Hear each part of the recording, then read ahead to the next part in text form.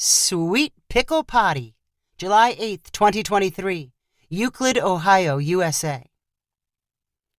When the invitation to his brother's backyard barbecue arrived, a knot tightened in Simon's stomach. Parties like this had a good chance of ending awkwardly. It was not his brother's fault. Simon got along with his brother fine. The problem was his sister-in-law, Isabella. Simon had known Isabella for 5 years and still could not tell when or if she was joking or being serious. She could be on stage at a comedy club and Simon would still question her intentions. Their personalities simply did not mesh, although she seemed to get along with everyone else just fine. For Simon, she was like a popular song without a catchy tune. He accepted that the issue was probably his own head and not the song. One of the stupider things he and Isabella clashed about was pickles. Simon liked sweet pickles. Isabella insisted pickles should be crisp and sour. When the pickle topic first came up, Isabella declared that sweet pickles should be banned worldwide. Simon could not tell how serious she was about this pickle prohibition. But the pickle war continued to rage. The text invitation from Simon's brother to the barbecue included the words, "Isabella says, bring your own pickles."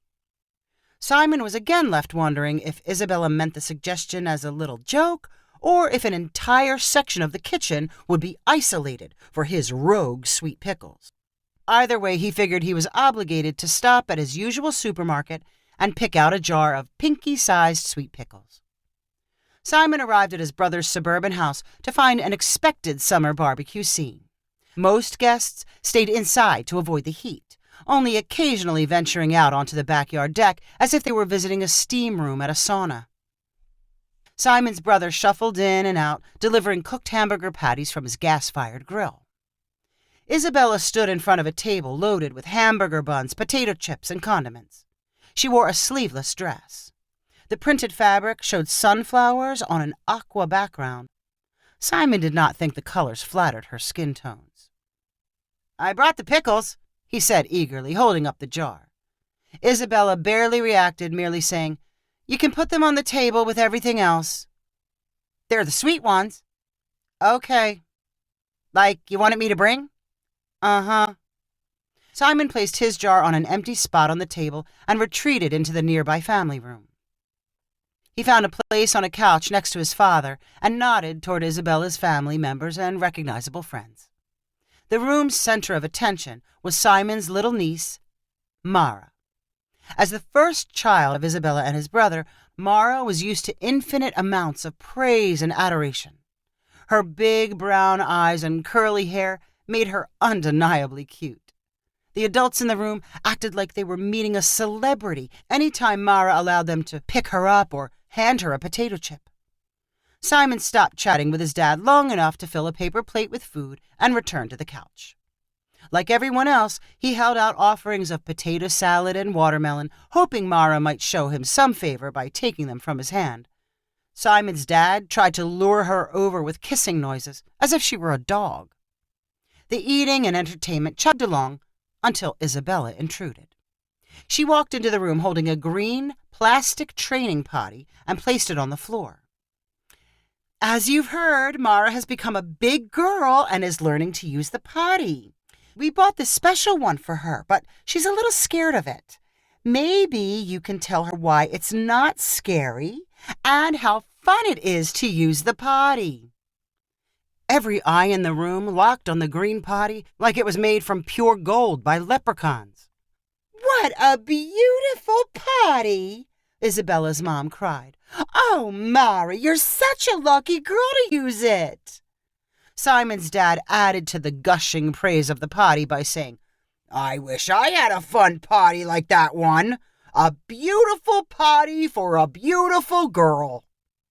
Everyone took turns saying something encouraging, but Mara watched unconvinced from the edge of the room. Her aunt said, "Show us how you would use it, Mara. Please, I want to see what a big girl you are." Mara shook her head shyly. Simon's brother had come inside from the grill and was standing behind his daughter. His face brightened like he had just remembered where he left a set of lost car keys. How about if Daddy shows you how to use the potty, and then you can do it? He moved to the middle of the room and squatted over the potty.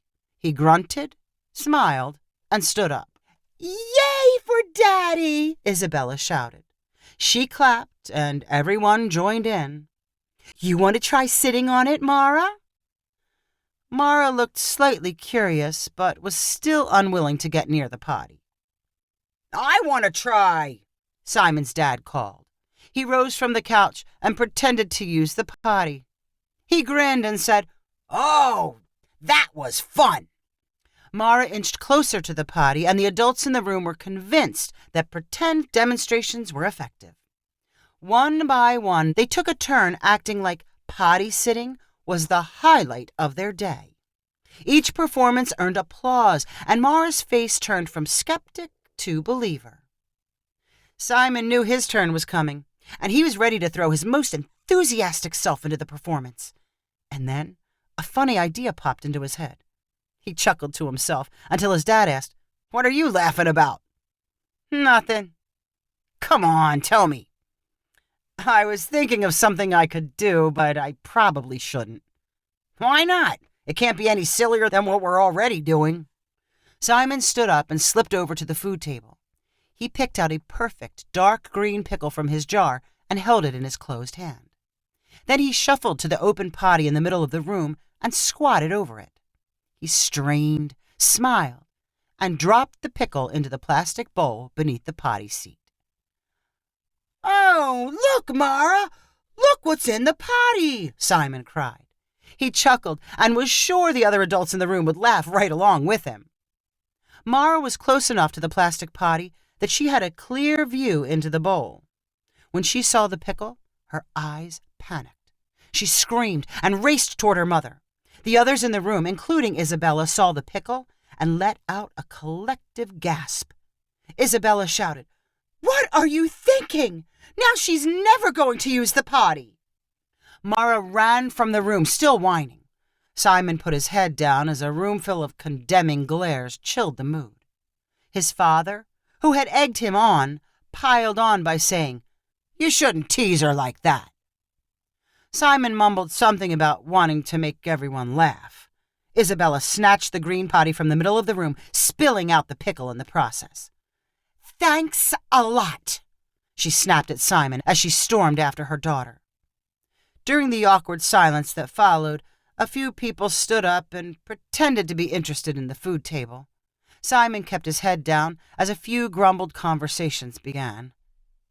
He sat through a scolding from his brother, in which he said he could not wait to traumatize Simon's future kids. Simon slipped out of the house without saying goodbye. On his way home, he felt defensive and angry that no one could take a joke.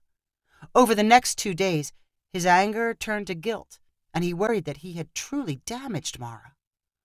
What if she became seriously dysfunctional, and it got traced back to the pickle incident? Everyone would know he was a jerk. Simon sent Isabella and his brother a text message saying he was sorry, and he hoped Mara was okay. They did not reply. A few days later, the guilt felt like a backpack full of rocks weighing him down.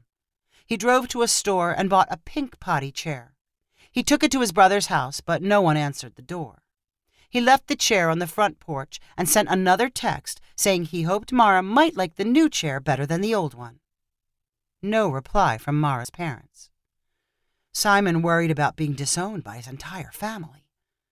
Was what he did so evil that he would never be forgiven? It was a mistake, a silly little mistake. When he was on the verge of believing he would never hear from a relative again, a text arrived from his sister-in-law.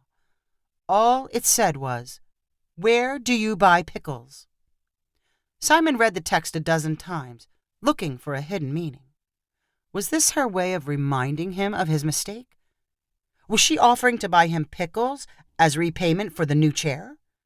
Simon began several reply attempts before deciding he should call and talk it out. Isabella answered her phone, sounding emotionless. "I wanted to call to find out if things are okay." "Fine. You don't have to buy me pickles. I mean, if you think you need to pay me back for the new chair, totally unnecessary. I want Mara to have it." Isabella paused before saying, "No, they're not for you." Mara changed her mind about her potty chair, the original one. Now she likes it, but she'll only sit on it if we put a pickle inside.